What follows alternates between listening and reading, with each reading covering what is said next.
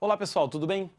Eu vou apresentar para vocês um dos conceitos mais importantes aí que a gente tem em física, que é o conceito de energia, que sempre vai estar atrelado ao conceito de trabalho, quando a gente estuda mecânica, ok? Então, para o início do estudo aí de trabalho e energia, vale a definição de trabalho para uma força constante. É o nosso primeiro passo na jornada aí, de compreender, de estudar o trabalho. Basicamente, quando você atua sobre um corpo, uma força, através dessa força, você pode transferir energia para aquele corpo. Então, pensa bem, eu tenho aqui uma caneta, por exemplo. Tem várias formas de dar energia para ela. Por exemplo, eu posso acender uma fogueira aqui. Aí o calor vai ser transmitido para a caneta e assim eu vou estar dando energia para ela. Mas, se eu der energia para a caneta através da aplicação de uma força, eu estarei realizando um trabalho. Portanto, trabalho é a energia transferida pela ação de uma força. Quando eu faço uma força na caneta e ela se torna mais rápida, ela adquiriu mais energia de movimento, por isso eu realizei um trabalho. Pois bem, se eu quero calcular o trabalho dado por uma força constante, eu preciso de alguns dados para isso. Imagina um objeto qualquer, ok? Eu quero que você perceba que D no meu desenho é o vetor de deslocamento. O vetor de deslocamento está me informando que esse corpo sai daqui e se desloca até ali. Eis que durante esse deslocamento, uma força constante F atuava sobre o corpo. De maneira que havia um ângulo entre o F e o D, e esse ângulo aqui eu estou chamando de θ. Por definição, a quantidade de energia transferida por essa força para esse objeto será o trabalho, calculado como F vezes D vezes o cosseno de θ.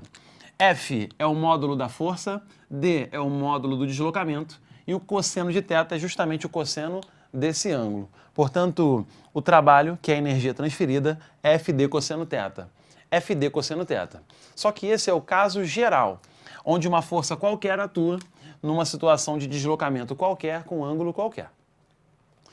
Felizmente, para a nossa realidade aí do vestibular e das questões, a maior parte dos problemas acaba trabalhando alguns casos mais particulares aí, os casos mais específicos. Por exemplo, se por acaso você atua uma força horizontal para a direita, enquanto um corpo se move horizontalmente para a direita, coisa muito comum, inclusive, vou empurrar a mesa para frente, eu espero que ela se desloque para frente.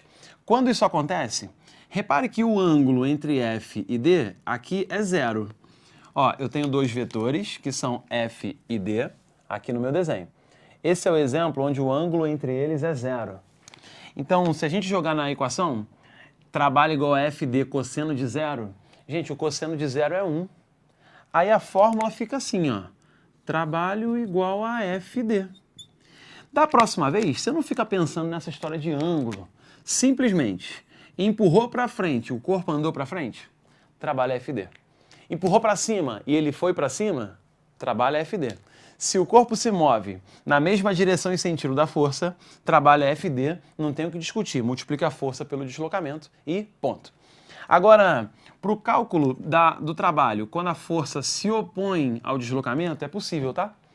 É possível que muitas forças puxem uma caixa para um lado, mas a força que eu estou estudando, ela puxa para o outro. E assim, ela empurra para um lado enquanto o corpo se desloca para o outro. Repara que o ângulo que existe aqui é um ângulo de 180 graus. Se você jogar na fórmula FD cosseno de 180, o cosseno de 180 é menos 1. Aí a sua fórmula fica assim, trabalho igual a menos FD. Trabalho igual a menos FD quando a força for oposta. Você não precisa assim ficar fazendo o cosseno de 180 toda hora. Se a força é para um lado e o deslocamento é para o outro, trabalho é menos FD. Agora, nosso terceiro e último caso particular é o caso onde a força e o deslocamento formam entre si um ângulo de 90. Repara que essa força nem está dando energia para esse movimento e nem tentando tirar. O que acontece é que ela é praticamente indiferente no fornecimento de energia para aquele objeto.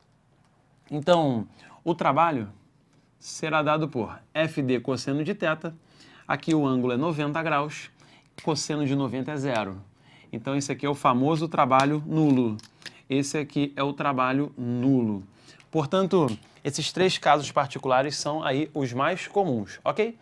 Agora, é claro, quando você usar valores que estão no sistema internacional, o trabalho será medido também no sistema internacional. Portanto, se eu medir força dada em newtons, está aqui, ó, N, newtons, e se eu medir deslocamento dado em metros, o trabalho será o newton vezes metro.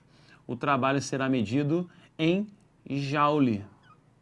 Joule, que se escreve, mas se usa a letra J maiúscula, ok?